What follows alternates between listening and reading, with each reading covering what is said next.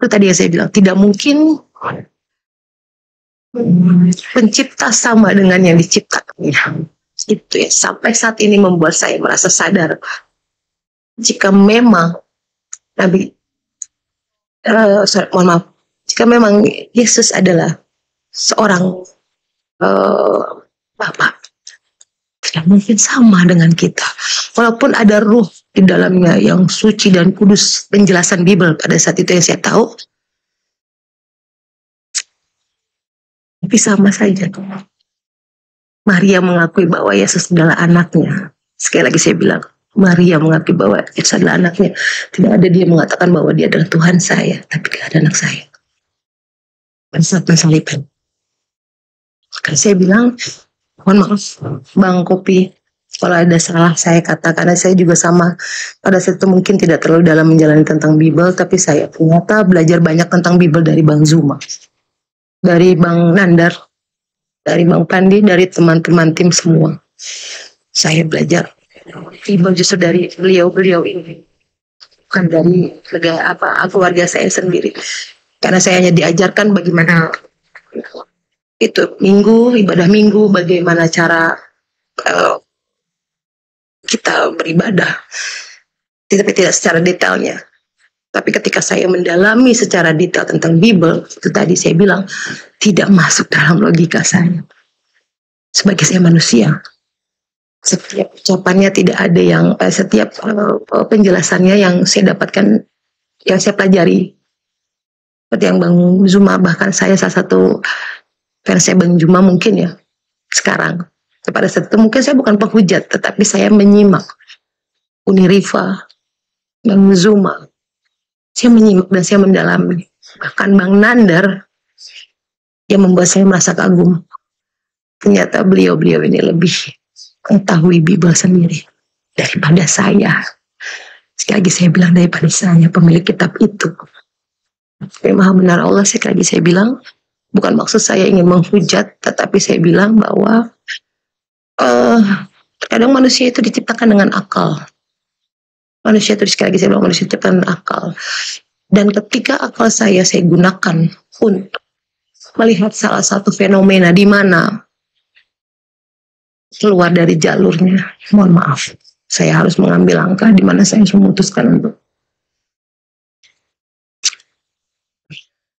sekarang malah seperti itu.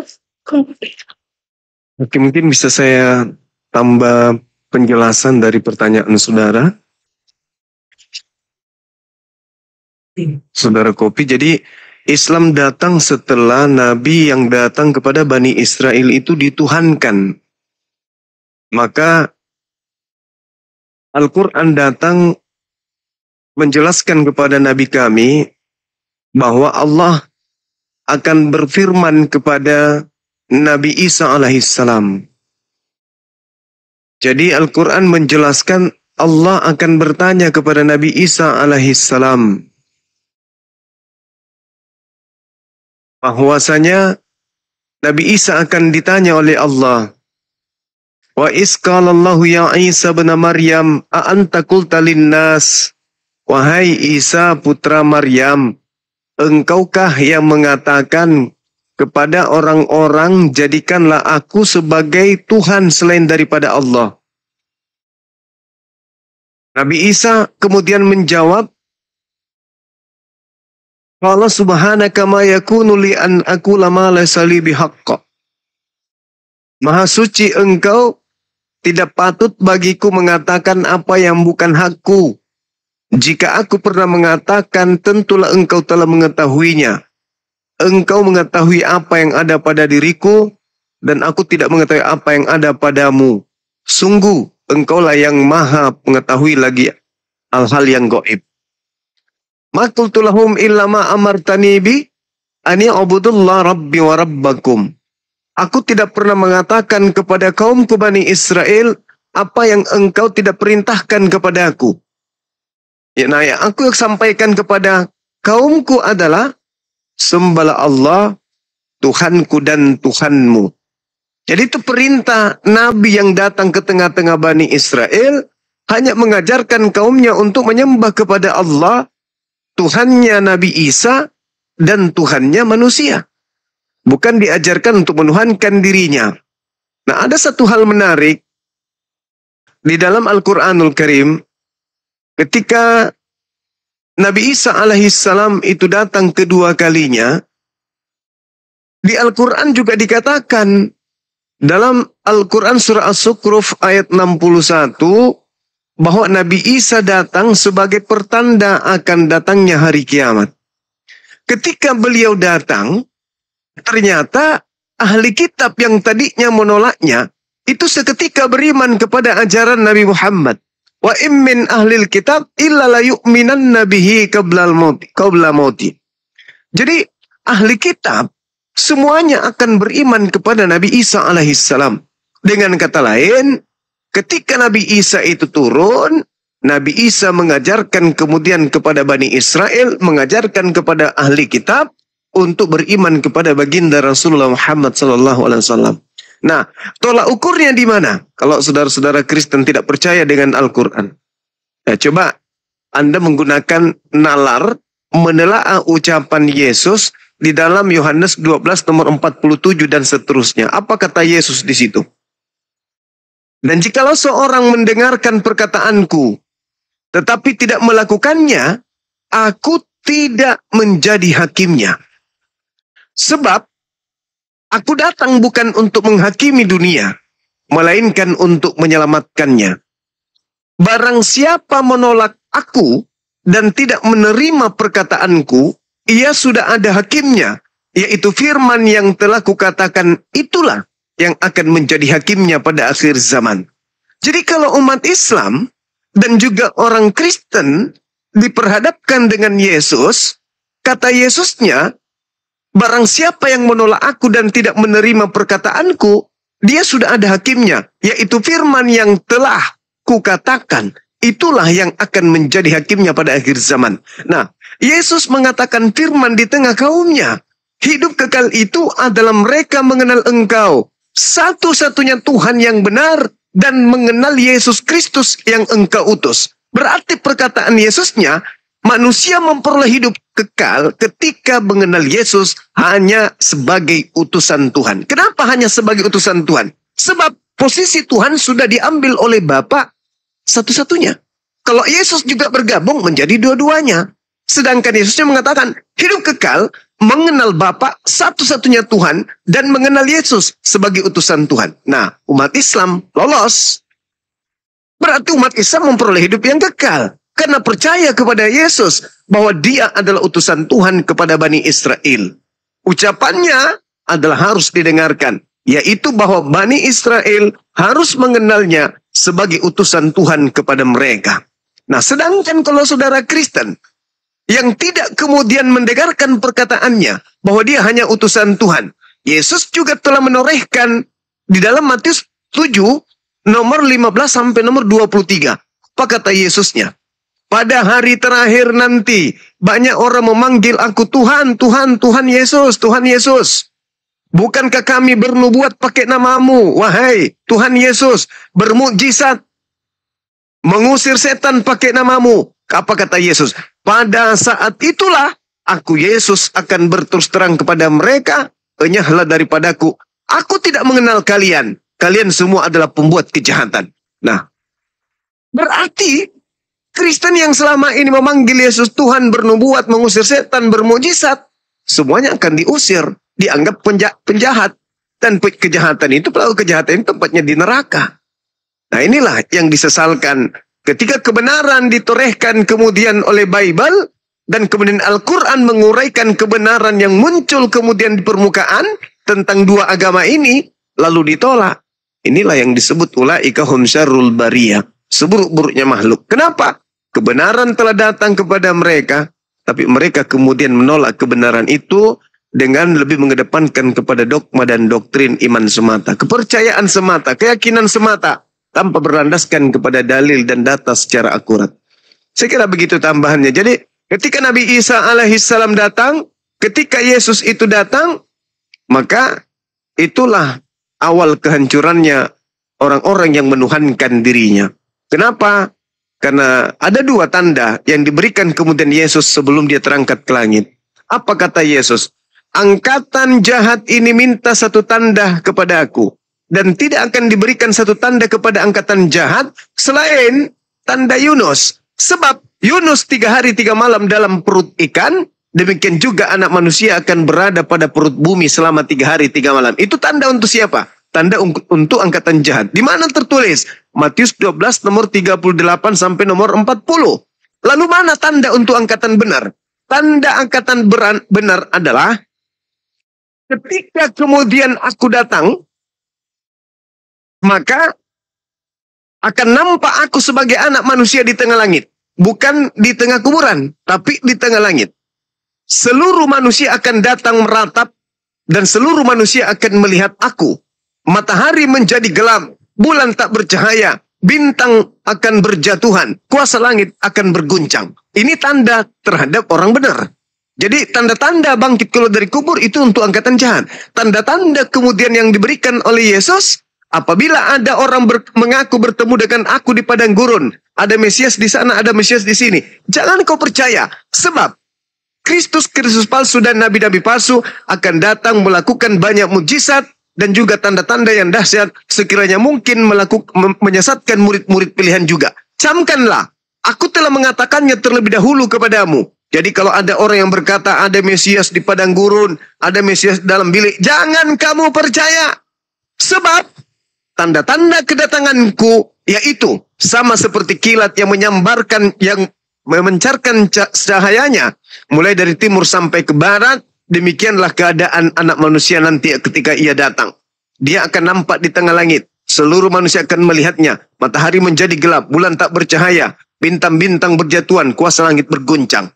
Itulah tanda yang aku berikan kepada angkatan benar. Tapi kepada angkatan jahat, aku berikan tanda anak manusia akan keluar dari perut bumi hari ketiga. Kristen berada di mana?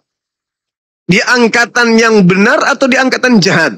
Alhasil, orang Kristen percaya kepada kebangkitan hari ketiga. Berarti Kristen adalah penggenapan dari angkatan jahat yang dinubuatkan oleh Yesus. Kata Yesus, di dalam Matius 24 yang saya kutip tadi, nomor 4, nomor 5, apa kata Yesus? Waspadalah kalian wahai muridku agar kalian jangan disesatkan. Sebab akan banyak orang datang,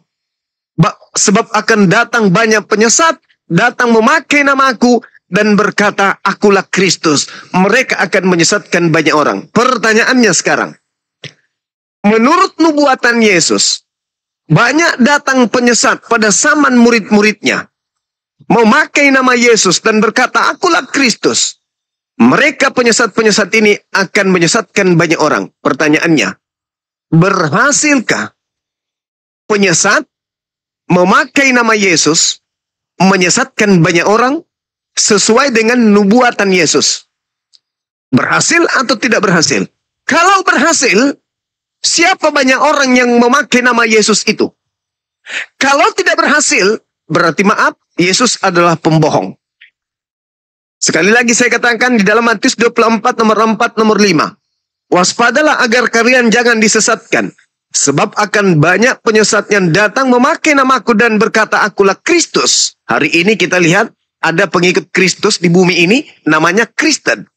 Dia akan mengatakan akulah Kristus. Dan mereka akan menyesatkan banyak orang. Berhasil tidak penyesat ini menyesatkan banyak orang? Kalau berhasil, apa nama pengikutnya? Di mana mereka sekarang? Dan apa nama agamanya? Kalau tidak berhasil, berarti Yesus pembohong. Menurut kita, orang berakal, benarkah Yesus pembohong?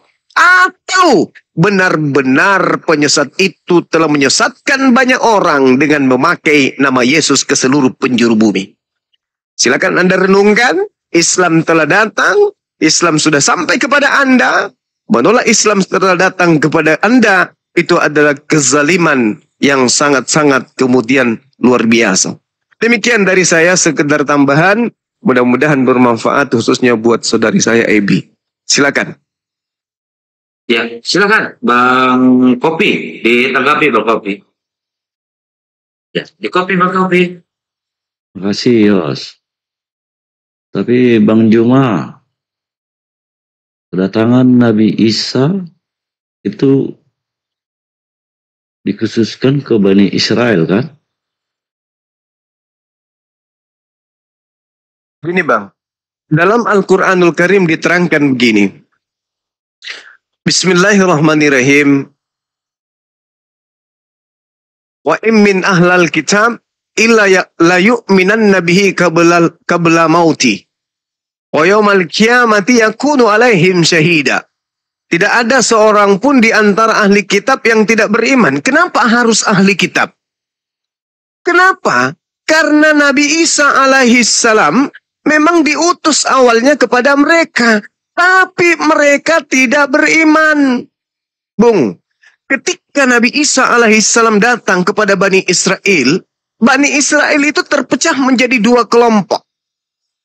Kelompok yang pertama yang beriman kepadanya yaitu Isa Rasulullah, Yesus utusan Allah. Hidup kekal itu adalah mereka mengenal Yesus yang engkau utus.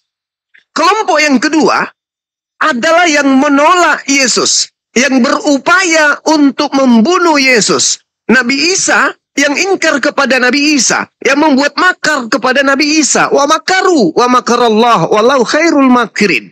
Kelompok kedua inilah yang membuat makar, membuat tipu muslihat, kemudian kesaksian palsu, kedengkian terhadap Nabi Isa, kebencian kepada Yesus, yang menyalibkan Yesus. Ingat sekali lagi, kelompok yang ada dua. Pertama yang beriman, mengimani Isa atau Yesus sebagai utusan Tuhan dan tidak ada upaya untuk penyaliban. Sementara kelompok yang kedua ada yang menolak Yesus, menolak Kristus atau menolak Mesias. Nah, kelompok inilah yang berupaya membunuh Yesus, akhirnya berujung kepada penyaliban. Dan hasil penyaliban, hasil karya kelompok yang membenci Yesus itu, lahirlah agama Kristen yang percaya kepada kebangkitan hari ketiga sebagai tanda angkatan jahat.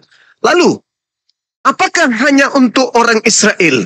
Kedatangannya untuk membuka mata orang Israel bahwa ternyata Mesias yang kita tolak pada saat itu adalah betul-betul adalah Mesias yang benar ternyata. Dan sekaligus membenarkan ajaran baginda Rasulullah Muhammad SAW. Namun kedatangannya, kata Al-Quran, wa innahu la ilmul lisa'ah fala tamtarunna biha wattabi'un hadza siratul mustaqim. Dan sungguh ketika Nabi Isa itu datang, maka benar-benar menjadi pertanda akan datangnya hari kiamat. Kalau berbicara mengenai hari kiamat, kiamatnya dunia ini bukan hanya sebatas Israel, tapi seluruh bumi. Artinya bahwa yang saya bacakan tadi di Matius 24, tanda-tanda untuk angkatan yang benar adalah aku datang di tengah langit, bulan, matahari tak bercahaya, bulan tak bersinar, kemudian matahari menjadi gelap, bulan tak bersinar, bintang-bintang berjaya.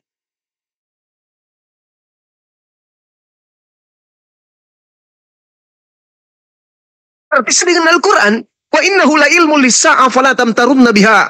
Ketika datang Nabi Isa, itulah pertanda akan datangnya hari kiamat. Yang diterangkan Matius 24, tentu hari kiamat. Kenapa? Matahari menjadi gelap, bulan tak bercahaya, bintang-bintang berjatuhan, menimpa bumi dan seterusnya. Pasti kiamat.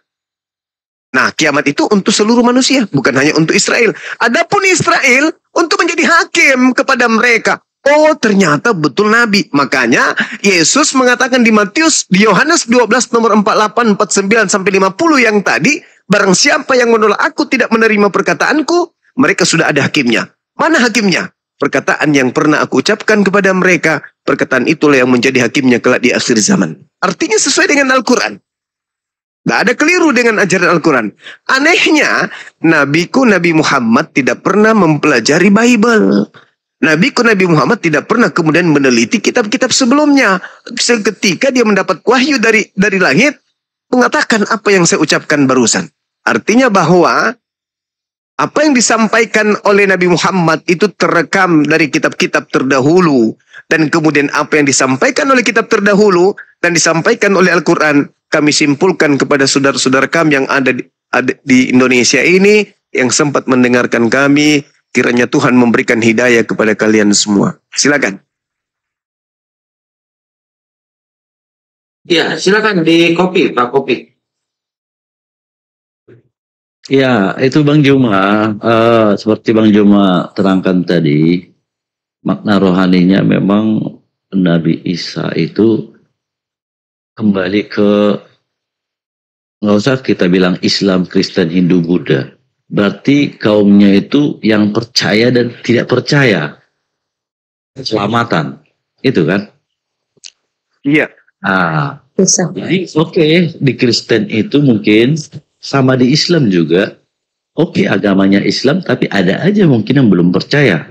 Meyakini 100%.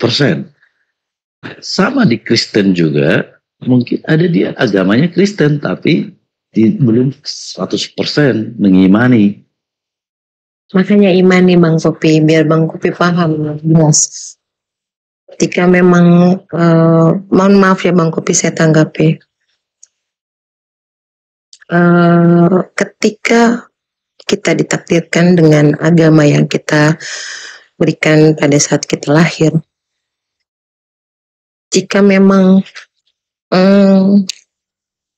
tidak sesuai dengan yang tadi Bang Kopi bilang, bahwa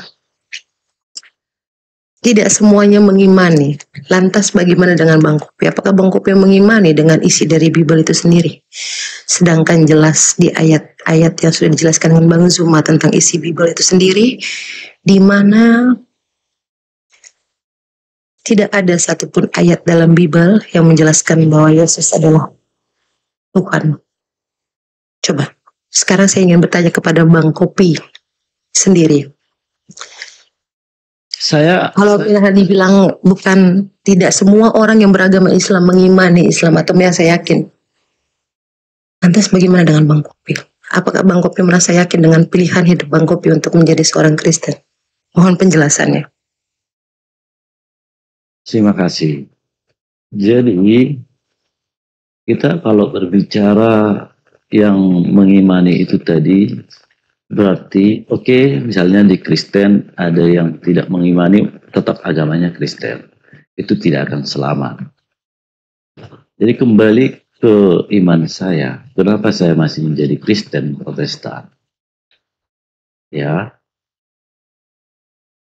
Kan saya jawab, karena saya mengimani dan percaya akan kedatangan yang kedua. Bahwasanya saya juga mengimani semua nubuat dan mujizat-mujizatnya. Hal yang luar biasa yang sebenarnya tidak bisa dilakukan manusia biasa. Ya. Oke, baru selain itu saya juga mengimani jadi masih hingga saat ini menjadi Kristen Protestan. Ya. Saya percaya akan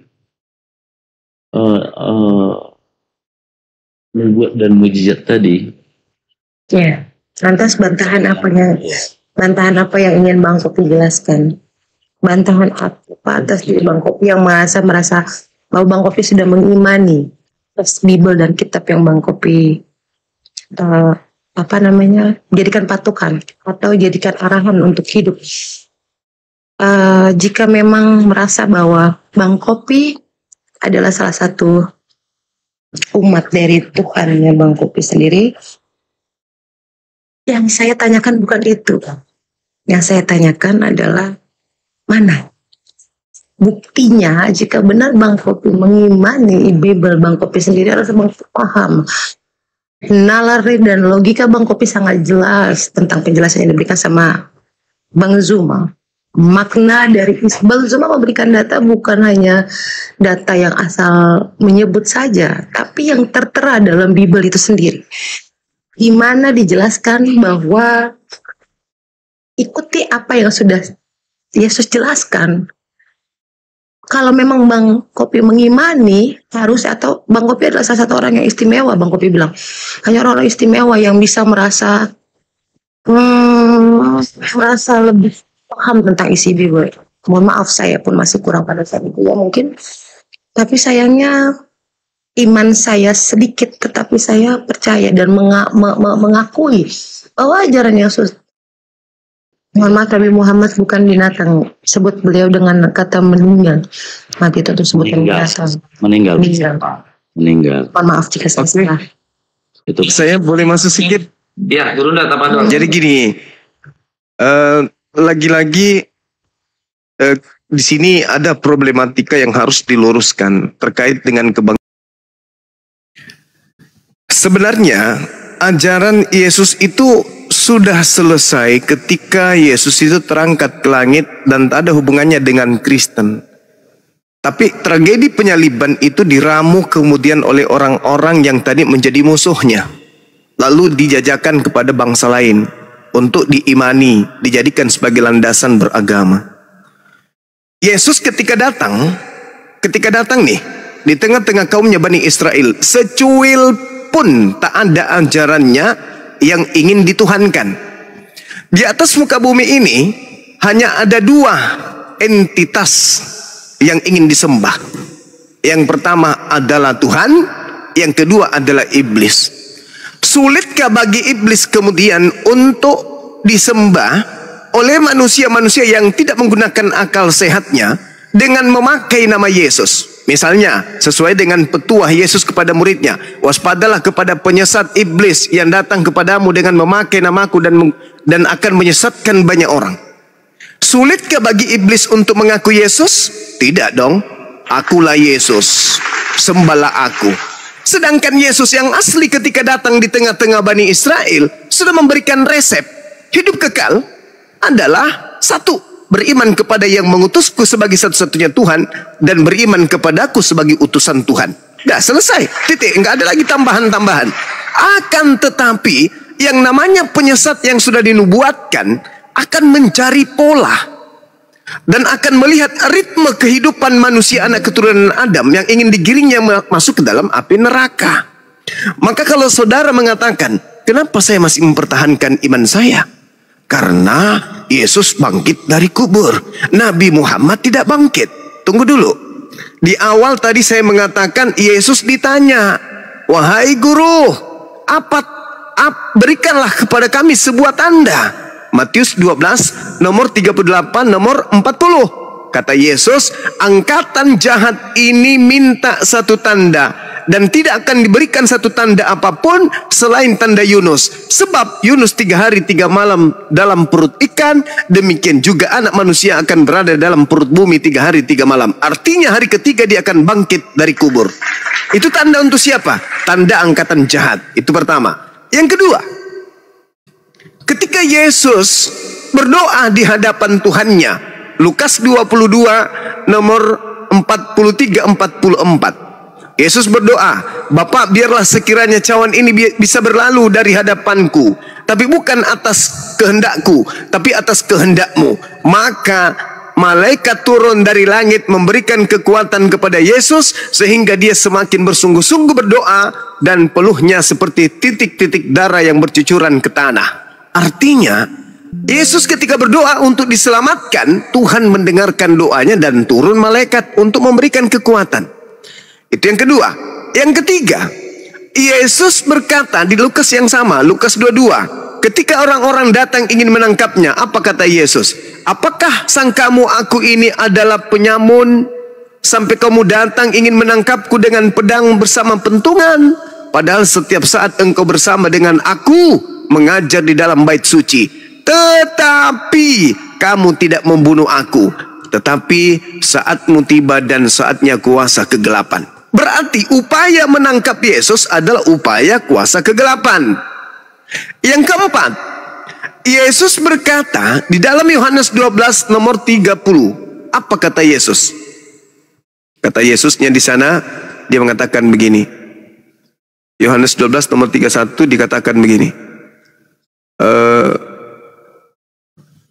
Saatnya dunia akan dihakimi. Saatnya penguasa dunia yaitu iblis akan dilemparkan keluar. Saatnya berarti kapan itu?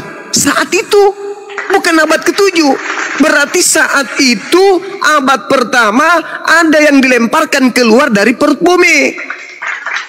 Siapa yang dilemparkan dari perut bumi? Iblis. iblis. Di mana dalilnya itu? Ya Yesus sendiri mengatakan barusan. Yohanes 12 nomor 31. Kata Yesusnya, saatnya dunia dihakimi, saatnya penguasa dunia yaitu iblis dilemparkan keluar. Dilemparkan keluar dari perut bumi. Karena kenapa dikatakan dia adalah iblis penguasa dunia? Coba Anda lihat. Ketika Yesus dicobai di dalam Lukas 4, di dalam Matius 4 nomor 6. Iblis datang mencobai Yesus. Apa kata iblis?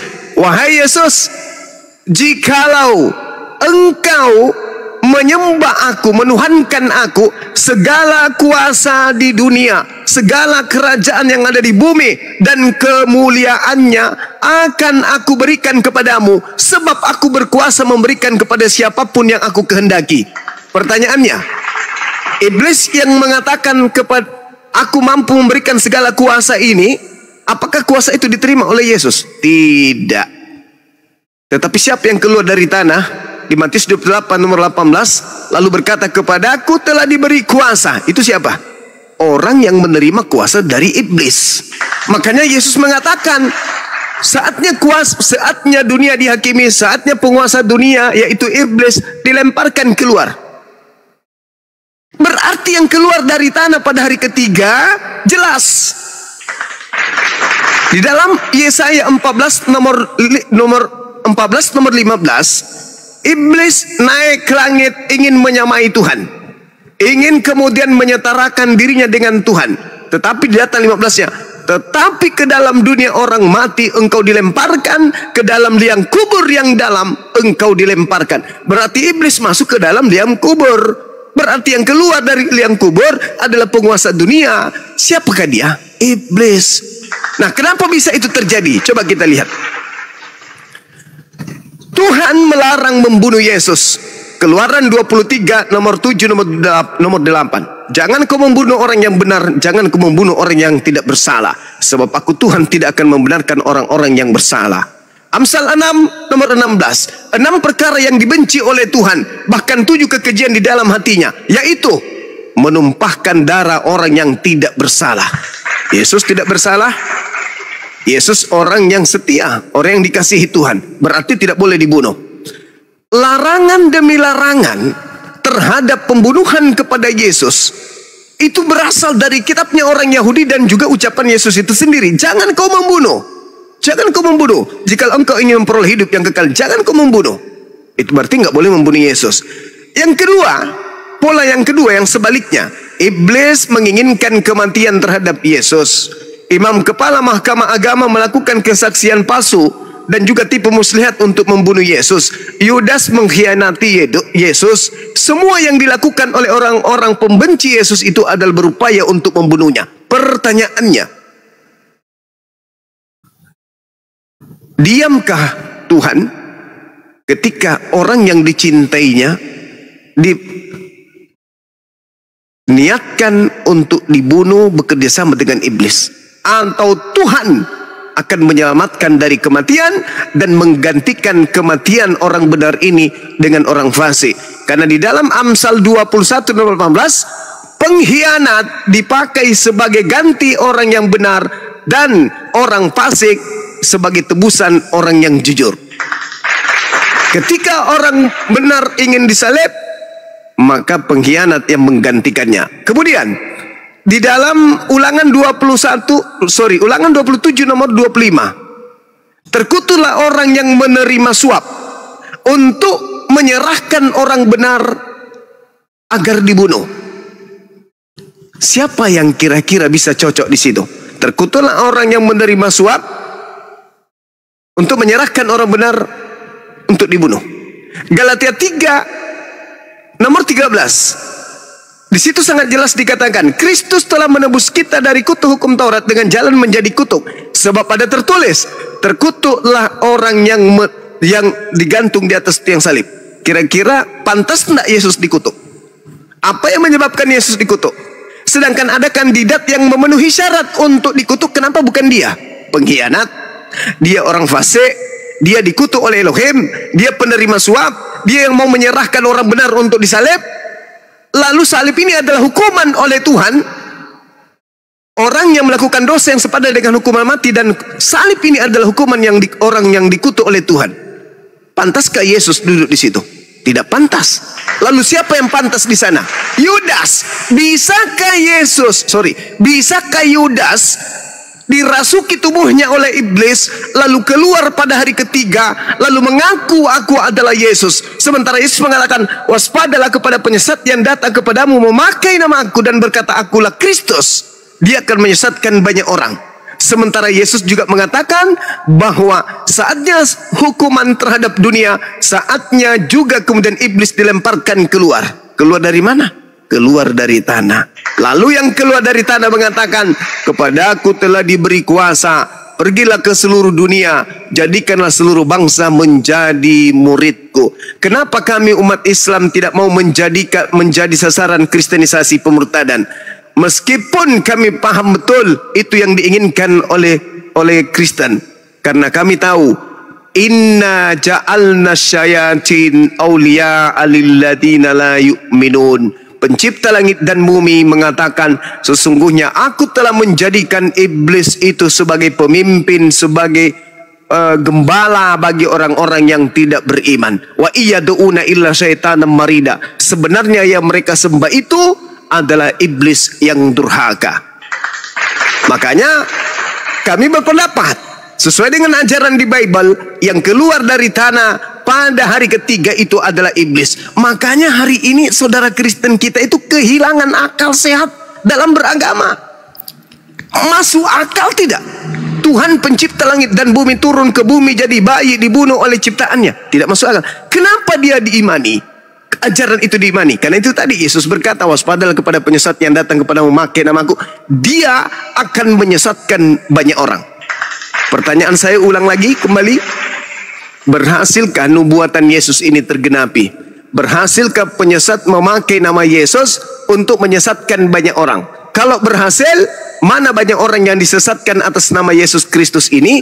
Dan kalau tidak berhasil, berarti nubuatan Yesus gagal. Berarti Yesus ini adalah pendusta.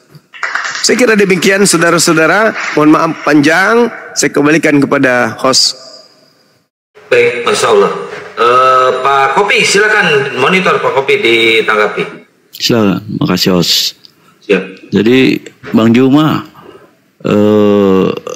bagaimana dengan ayat Roma 8 ayat 34? Kami mengimani Kristus Yesus yang telah mati, bahkan yang telah dibangkitkan, duduk di sebelah kanan Allah, menjadi pembela bagi kita. Bahwasanya Tuhan Yesus itu jelas diangkat ke sorga, sedangkan Nabi Muhammad sudah diangkat belum ke sorga, atau di mana dalilnya? Itu mungkin yang bisa mengimani saya juga menjadi masih Kristen Protestan. Iya, baik. Jadi gini, kami tidak berpola keselamatan itu karena keluarnya manusia dari kubur lantas kemudian terangkat ke langit. Itu bukan pola iman kami. Al-Quran mengatakan, wala tahsabanna alladhina qutilu fi sabilillahi amwata bal ahya inda rabbihim yurzaqun. Jangan sekali-kali kamu mengira bahwa manusia yang gugur berjuang di jalan Allah itu mati. Sebenarnya mereka itu hidup di sisi Tuhannya mendapatkan rizki. Dalam Al-Quranul Karim jelas sekali dikatakan Nabi Isa itu terangkat ke langit. Itu iman kami. Tetapi tidak mengalami penganiayaan terlebih dahulu, sesuai dengan ucapan Yesus sendiri bahwa dia tidak akan mati dahulu. Petrus juga mengatakan itu, bahwa Yesus tidak mengalami kematian. Di dalam khotbah Petrus, Kisah Para Rasul 2 nomor 29, nomor 30, 31, 32, 33. Jasad Yesus tidak mengalami kematian dan jasadnya kemudian tidak ditinggal di kubur. Berarti langsung terangkat. Nomor 33-nya, malaikat Tuhan atau tangan kanan Tuhan Elohim mengangkatnya ke atas, ke langit. Nah, sekarang ketika Anda mengatakan bahwa Yesus itu terangkat lalu duduk di sebelah kanan Tuhan, saudaraku, ini surat yang ditulis oleh Paulus. Sementara Yesus mengatakan waspadalah kepada penyesat yang datang kepadamu dengan memakai namaku. Kalau ternyata orang banyak yang disesatkan itu memakai nama Yesus, maka yang datang kepada Paulus itu memakai nama siapa? Memakai nama Paulus, Yesus. Siapakah engkau Tuhan? Akulah Yesus yang kau aniaya. Nah, tergenapi ucapan Yesus bahwa akan datang penyesat memakai namaku. Sedangkan kalau Anda melihat nyata di dalam kitab saudara bahwa Yesus dikatakan begini di Ibrani 9, di Ibrani 9, izinkan saya membaca dalil ini. Di Ibrani 9 nomor 27 dan juga nomor 28 dikatakan bahwa manusia ditakdirkan untuk mati sekali saja. Demikian pula Kristus hanya satu kali saja mengorbankan dirinya untuk menanggung dosa banyak orang. Sesudah itu, ia akan menyatakan dirinya sekali lagi tanpa menanggung dosa untuk menangguhkan keselamatan kepada mereka yang menantikan dia. Jadi Yesus ketika dia menjadi korban yang mengorbankan dirinya untuk menanggung dosa banyak orang, setelahnya sesudah itu ia akan datang menyatakan dirinya sekali lagi. Nah, berarti Yesus menyatakan diri di atas muka bumi ini cuma 2 kali. Yang pertama ketika dia datang ke atas muka bumi, lahir bayi, kemudian terangkat ke langit. Yang kedua, ketika tadi kita jelaskan datang sebagai pertanda datangnya hari kiamat. Lalu yang datang kepada Paulus itu kedatangan siapa? Itu menyatakan diri yang keberapa kali? Sedangkan Yesus dikatakan dalam Ibrani 9, demikian pula Kristus hanya satu kali saja mengorbankan dirinya untuk menanggung dosa banyak orang. Sesudah itu ia akan menyatakan dirinya sekali lagi tanpa menanggung dosa untuk menangguhkan keselamatan kepada mereka yang menantikan dia. Nah, berarti Yesus setelah terangkat, dia akan datang menyatakan diri sekali lagi. Kapan itu? Kalau Yesus asli yang datang kepada Paulus, berarti satu kali. Berarti yang datang nanti pada saat mau kiamat, tidak datang lagi berarti, karena hanya 2 kali. Nah, inilah bukti bahwa yang datang kepada Paulus bukan Yesus, tetapi penyesat yang memakai nama Yesus untuk menyesatkan banyak orang. Jadi kalau saudara membaca kitab Roma, ya itulah bagian daripada isi dari penyesatan itu. Paulus menuliskan 13 buku. 13 buku. Nih, izinkan saya 1 menit untuk membuktikan bahwa Paulus ini telah didatangi penyesat. Kita lihat di dalam surat Paulus Galatia 2 nomor 21. Aku tidak menolak kasih karunia Tuhan, sebab sekiranya ada kebenaran di dalam hukum Taurat, maka sia-sialah kematian Kristus. Saya ulang lagi. Aku tidak menolak kasih karunia Tuhan, sebab sekiranya ada kebenaran di dalam hukum Taurat, maka sia-sialah kematian Kristus. Nomor 16-nya di Galatia 2 tersebut. Apa kata Paulus? Sebab tidak ada orang yang dibenarkan karena melakukan hukum Taurat. Galatia 5 nomor 4. Kamu lepas dari Kristus. Kalau kamu mengharapkan ada kebenaran dalam hukum Taurat, kamu keluar dari kasih karunia. Paulus mendikte dari makhluk yang datang kepadanya, mengaku Yesus, dia diajarkan bahwa tidak ada kebenaran dalam hukum Taurat. Tidak ada orang diselamatkan karena hukum Taurat. Padahal Yesus mengatakan dalam Matius 5 nomor 19, barang siapa yang meniadakan hukum Taurat, meskipun yang paling terkecil, maka dia akan menempati tempat terhina dalam kerajaan langit. Itu belum seberapa. Akan tetapi, barang siapa yang tidak melakukan hal demikian dan mengajarkan kepada orang lain untuk melakukan segala perintah-perintah yang ada dalam hukum Taurat, maka dia akan menempati tempat tertinggi dalam kerajaan langit. Artinya, pernyataan Yesus, siapa yang melakukan hukum Taurat dan melakukan hukum Taurat itu dan mengajarkan kepada orang lain untuk melakukannya dan tidak menghilangkannya sedikit pun, maka orang itu akan menempati tempat tertinggi dalam kerajaan surga. Itu kata Yesus. Tapi kata Paulus, tidak akan. Tidak ada orang yang selamat karena melakukan hukum Taurat. Engkau lepas dari Kristus kalau engkau mengharapkan ada kebenaran dalam hukum Taurat. Kematian Yesus Kristus akan sia-sia jika engkau mengharapkan ada kebenaran dalam hukum Taurat. Ini dua ajaran yang sangat bertentangan. Siapa yang menginginkan hukum Tuhan itu dibatalkan? Tuhan atau iblis? Siapa yang menginginkan aturan Tuhan yang datang kepada Adam itu dihilangkan? Adam atau iblis? Ketika satu perintah jangan kau mendekati buah pengetahuan ini, iblis datang menghapus itu. Ketika Tuhan datang mengajarkan kemudian perintah hukum Taurat kepada Bani Israel, iblisnya mengapain? Iblisnya ngapain? Tidur, pensiun, atau berusaha menghilangkan hukum itu agar manusia ikut kepada dia masuk ke dalam api neraka jahanam. Itu aja Bung yang ingin saya katakan, bahwa Paulus mengajarkan 13 buku. Ingat, di dalam Galatia 1 nomor 1, aku menerima Injil bukan dari manusia. Bukan manusia mengajarkan aku Injil, tetapi Yesus Kristus. Diulang lagi di Galatia 1 nomor 11 nomor 12. Diulang lagi sama dia. Sekali lagi aku katakan kepadamu, bukan aku menerima Injil dari manusia. Bukan manusia mengajarkan aku Injil, tetapi Yesus Kristus. Berarti dia mengakui bahwa Yesus itu bukan manusia. Sedangkan di dalam 2 Yohanes 1 nomor 7, siapakah penyesat itu? Siapakah iblis itu? Bukankah dia yang pergi ke seluruh dunia yang tidak mengakui bahwa Yesus Kristus datang sebagai manusia? Wahai Paulus, ya paman, yang datang kepadamu siapa? Yesus Kristus. Manusia atau bukan? Bukan. Berarti dia antikristus. Jelas itu. Itu nggak bisa diragukan berdasarkan data. Tapi kalau berdasarkan lidah-lidah panjang, ya pasti beda lagi ceritanya. Silakan. Bang Zuma, izin menambahkan sedikit boleh? Boleh, silakan. Mohon maaf buat abangku, Bang Kopis. Mohon maaf jika saya lancang. Izin Bang Zuma dan semuanya, sedikit menambahkan saja. Ada statement dari Bang Zuma bahwa pertanyaan yang tadi, Yesus diangkat berada di surga dan Nabi Muhammad kemana? Saya bilang sama Bang Kopi, apakah Bang Kopi melihat bahwa Yesus ada di dalam surga?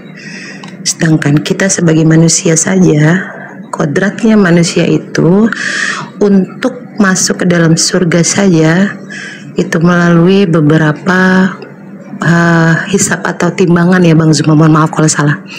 Kita akan ditimbang dengan amal dan perbuatan kita. Tidak segampang itu. Jika memang Bang Kopi merasa bahwa oh Yesus Kristus sudah berada di surga, itu hanya sebuah kalimat yang tertera di Bible. Saya bisa balikan lagi. Apakah Bang Kopi sudah pernah melihat Yesus Kristus berada di dalam surga? Di mana Bang Kopi mengatakan bahwa kemana Nabi Muhammad? Apakah sudah di surga juga? Mohon maaf Bang Kopi, izin sedikit menambahkan bahwa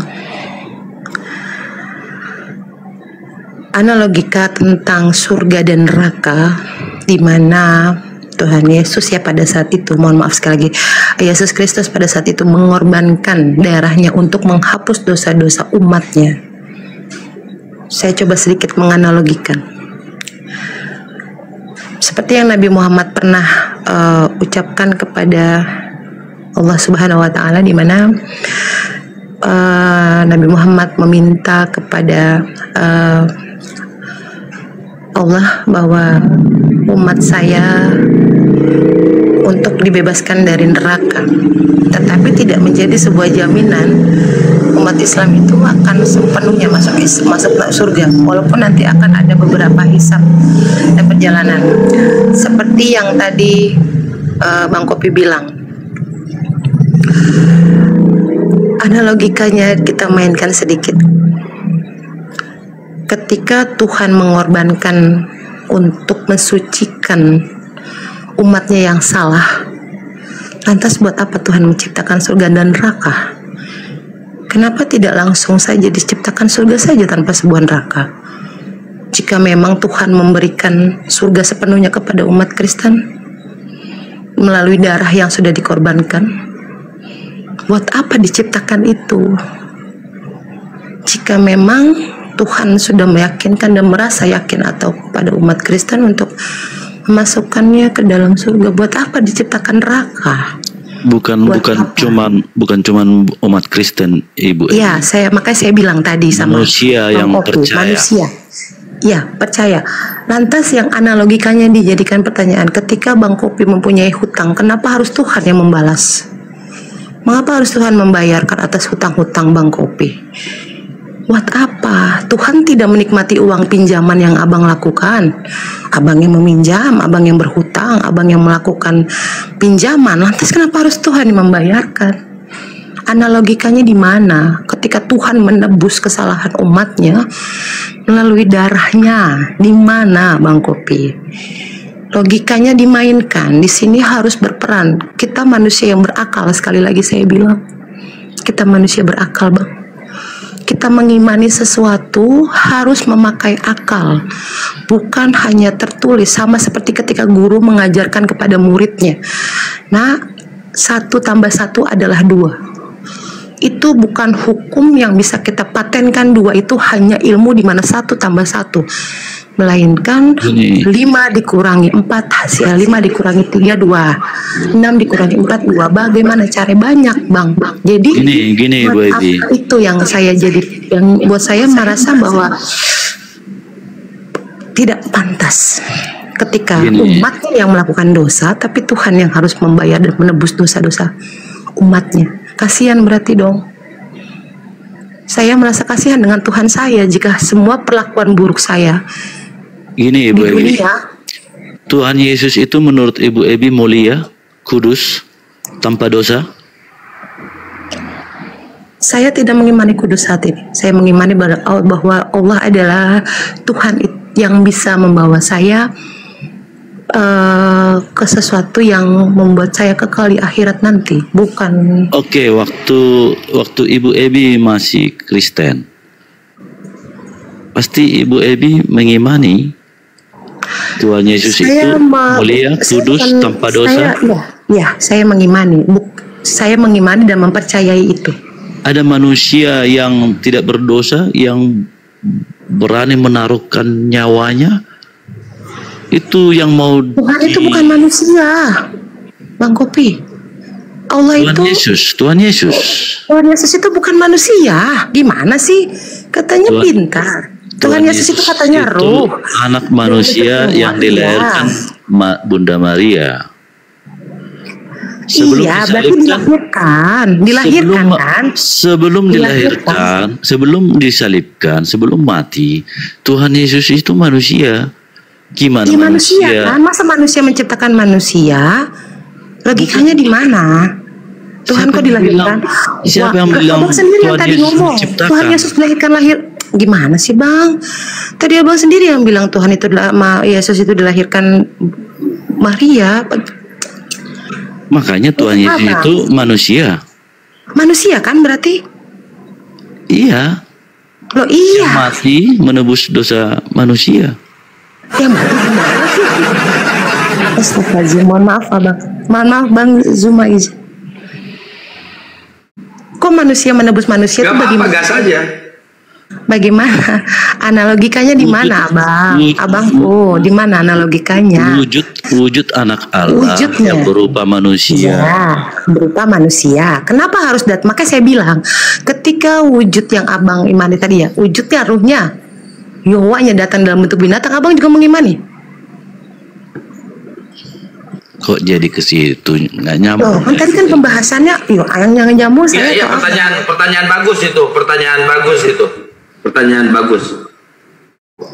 Ya kan Abang bilang katanya, iya katanya Abang bilang kan Tuhan itu hadir dalam wujud manusia, yang dilahirkan dalam wujud manusia. Lantas bagaimana jika ruh itu hadir dalam bentuk, mohon maaf sekali lagi saya tidak bermaksud untuk mengframing. Bagaimana? Apakah Abang akan mengimani juga? Gini, menurut Ibu Ebi yang menghakimi manusia di akhir zaman itu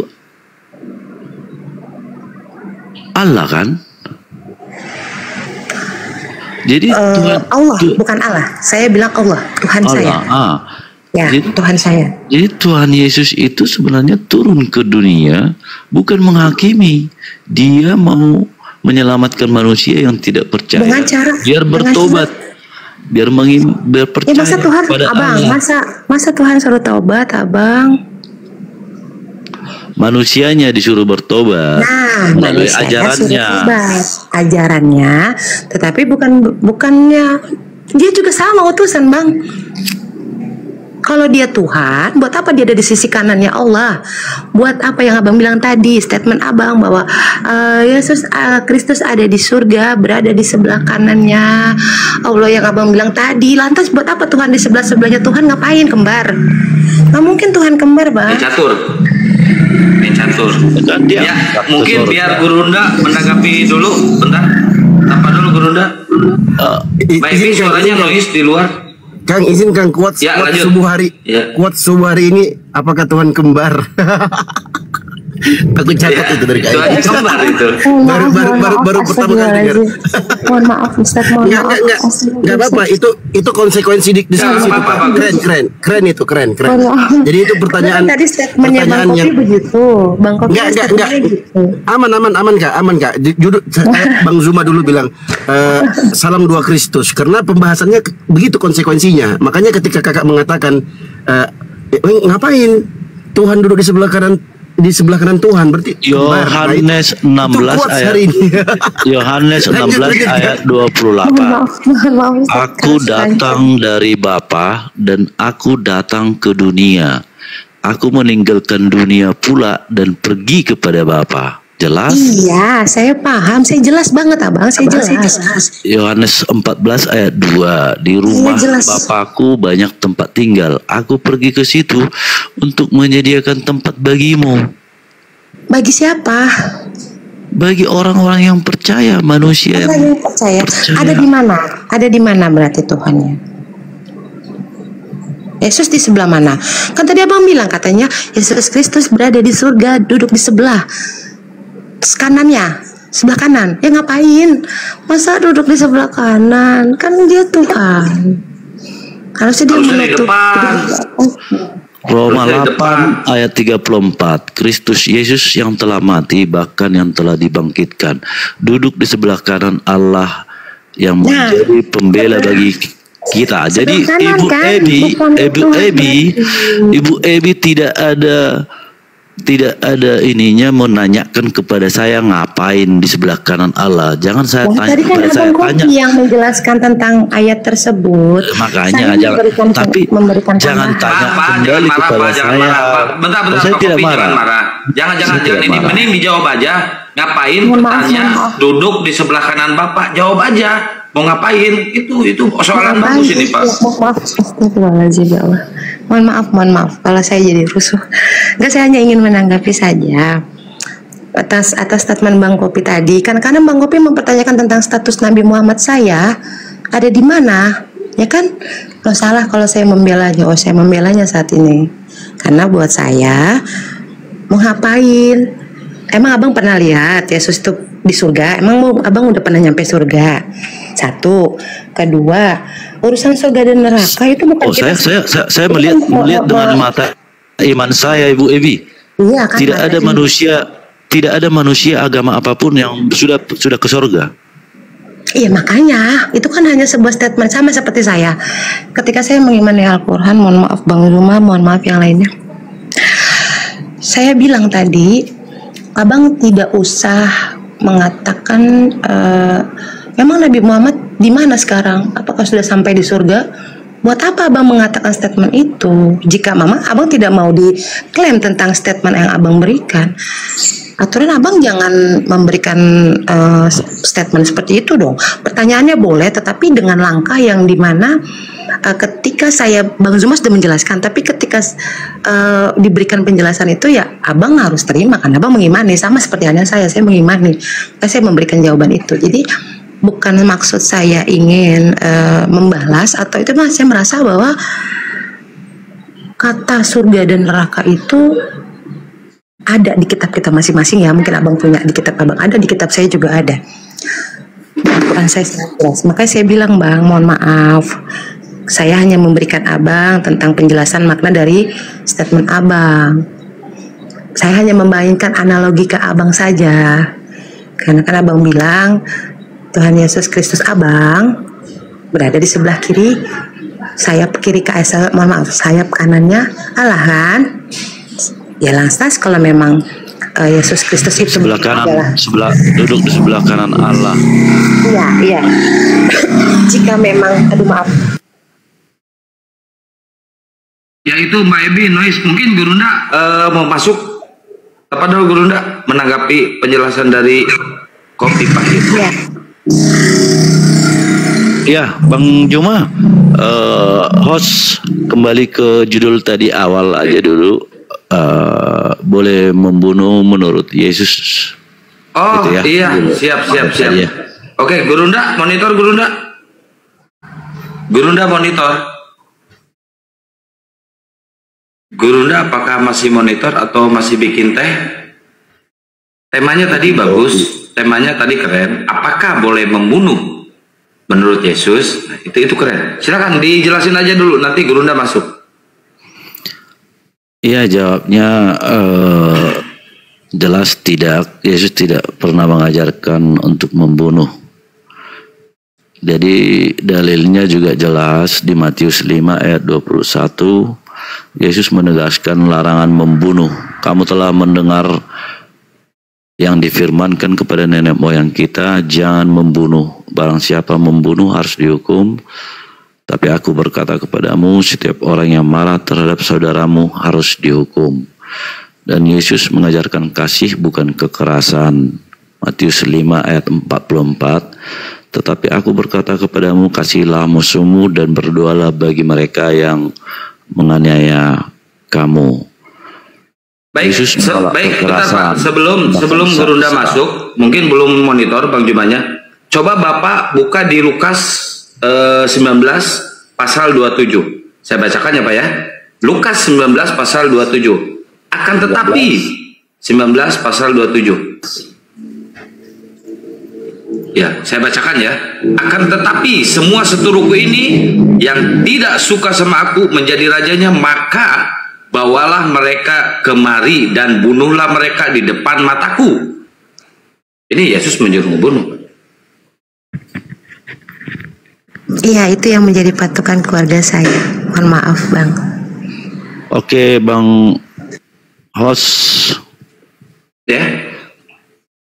Di depan mataku itu perkataan siapa menurut Abang? Nggak tahu. Ini perkataan Bible, ada di Bible. Okay. Ini kalau di depan mataku berarti ini perkataan Yesus. Soalnya apa? Siapa yang menjadi raja di situ?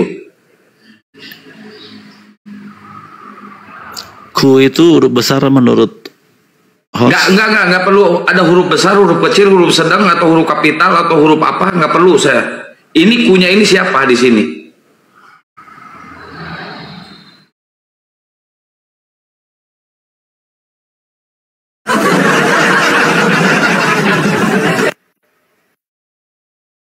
Jadi kalau sesuai tulisan ya, akan tetapi semua seteruku ini yang tidak suka aku menjadi rajanya, bawalah mereka kemari dan bunuhlah mereka di depan mataku. Ayat ini bukan perkataan langsung Yesus tentang tindakan nyata, tapi tahu dari mana Pak? Kalau ini bukan tahu dari mana Pak? Kalau ini bukan perkataan Yesus, Bapak tahu dari mana?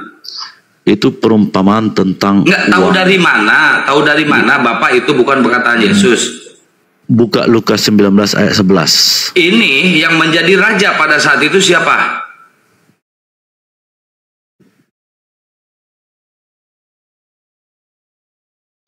Ya makanya buka dulu Lukas 19 ayat 11. Gak mau, saya nggak mau ke ayat lain, ayat ini dulu. Itu bukan perkataan Yesus. Terus siapa yang menjadi rajanya di situ?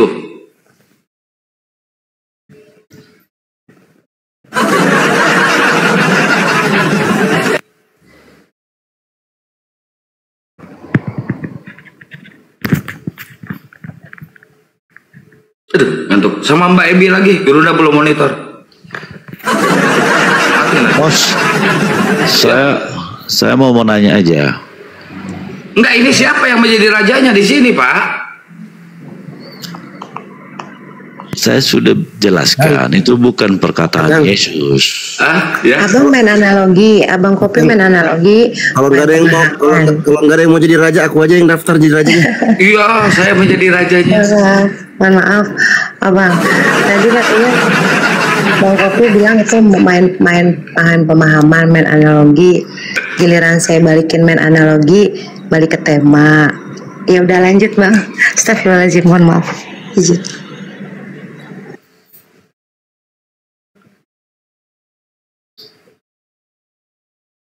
Kopinya campur Masako ya, biar nggak pusing.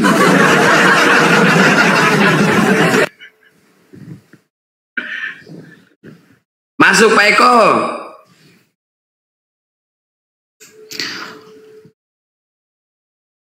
Ya, kenapa Pak? Ada masalah apa lagi? Gimana Bang Kopi? Udah selesai nanyanya. Aku nanti tinggal ini aja bagian Kang. Aku tinggal bagian doa aja, doa kalau sudah jadi mualaf, aku tinggal doa aja. Abang, semua aku izin undur diri, handphone aku lobet. Ya, siap. Ya, siap. Semuanya terima kasih. Istiqomah Kak ya. Ya, sama-sama Bang Kopi, analogikanya dimainin lagi. Pemahamannya biar lebih paham. Terima kasih buat semuanya. Buat supportnya, terima kasih Ban Keon, Bang Zuma, salam juga buat semuanya, Bang Bunda. Assalamualaikum warahmatullahi wabarakatuh.